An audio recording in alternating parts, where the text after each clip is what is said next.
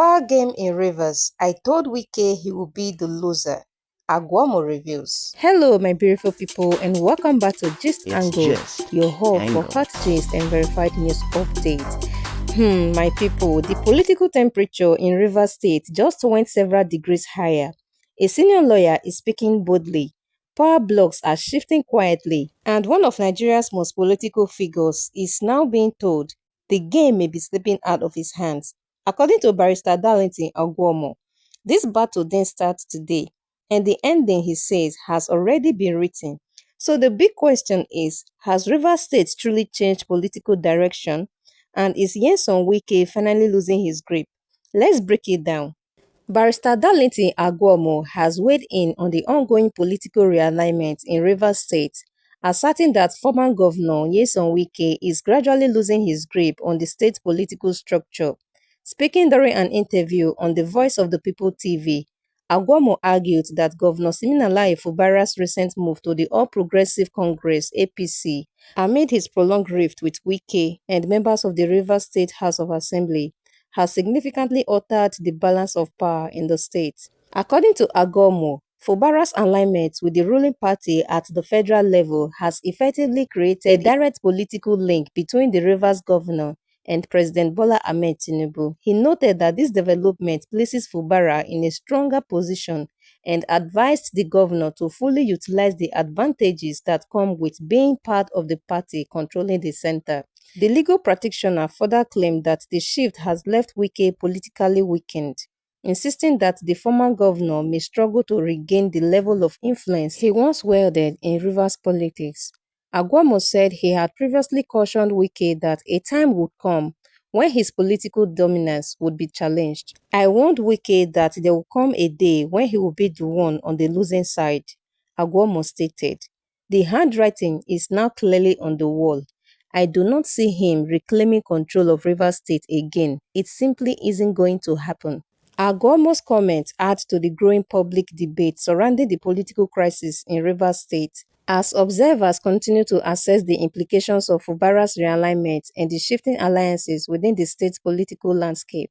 My people, let's break this further. This statement by Barrister Darlington Agomuo is not just about taking a swipe at Nyesom Wike.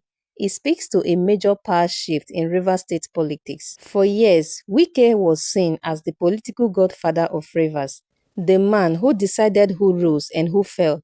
Governor Siminalayi Fubara was widely viewed as his political product. So for someone like Agomuo to openly say the handwriting is written on the wall is a sign that something fundamental has changed. The first key issue here is Governor Fubara's alignment with the APC and the federal center. In Nigerian politics, power is rarely just local. It is heavily influenced by who controls Abuja. Agomuo's argument is simple. The moment Fubara secured a direct link to President Bola Ahmed Tinubu and the ruling party, the political equation in Rivers State changed overnight. In that kind of arrangement, local godfathers lose leverage because governors backed by the center are harder to intimidate or isolate. So Agomuo is essentially saying that Wike's biggest strength, control, is slipping away. Politics thrive on loyalty and fear of consequences. If lawmakers, party leaders, and political actors begin to believe that Wike can no longer decide their fate, they will naturally gravitate towards the sitting governor. This is how political dominance quietly collapses, not with noise, but with people slowly switching sides. Another important angle is timing. This conflict didn't happen during elections. It happened while Fubara is already in office, and that matters. Once a governor survives early political battles and remains standing, he starts to look less like a puppet and more like a power holder in his own right.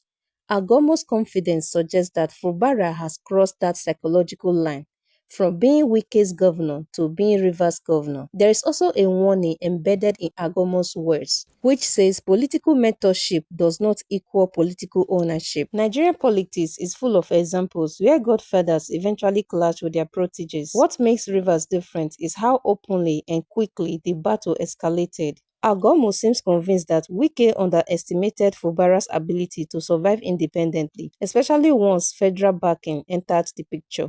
However, this doesn't automatically mean that Wike is finished politically. He still has national relevance, strong networks, and political experience. But Agomo's point is that Rivers State may no longer be his stronghold. Losing control of your home base is often more damaging than losing national influence, because local relevance is where political power is renewed. From another angle, this situation raises questions about governance versus power struggles. While politicians battle for influence, ordinary river people are more concerned about stability, development, and peace. If the power struggles eases and Fubara gains full control of his government, it could create room for better governance. But if the conflict continues, it risks slowing development and deepening political divisions. Agomo's confidence also reflects a broader political reality. Power follows structure. Once the structures shift, party alignment, federal support, institutional backing, personal influence alone is often not enough. This is likely what he means by "the handwriting is written on the wall." It's not prophecy, it's political arithmetic. In simple terms, Agomo is simply saying this: Wike may still be powerful, but the era where he single-handedly controlled Rivers politics may be ending. And in Nigerian politics, once people believe a man is losing grip, the loss often accelerates. Now, the bigger national lesson here is that political loyalty in Nigeria is fluid. Today's kingmaker can become tomorrow's outsider if the structure changes. Rivers State is now a case study of how quickly political ties can turn when federal power, party alignment, and local authority intersect.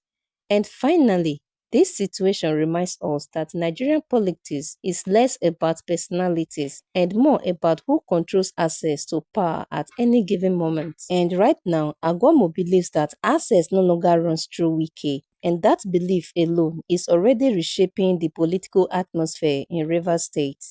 So now, the big question is this: has the power truly shifted in Rivers State, or is this just the calm between another political storm?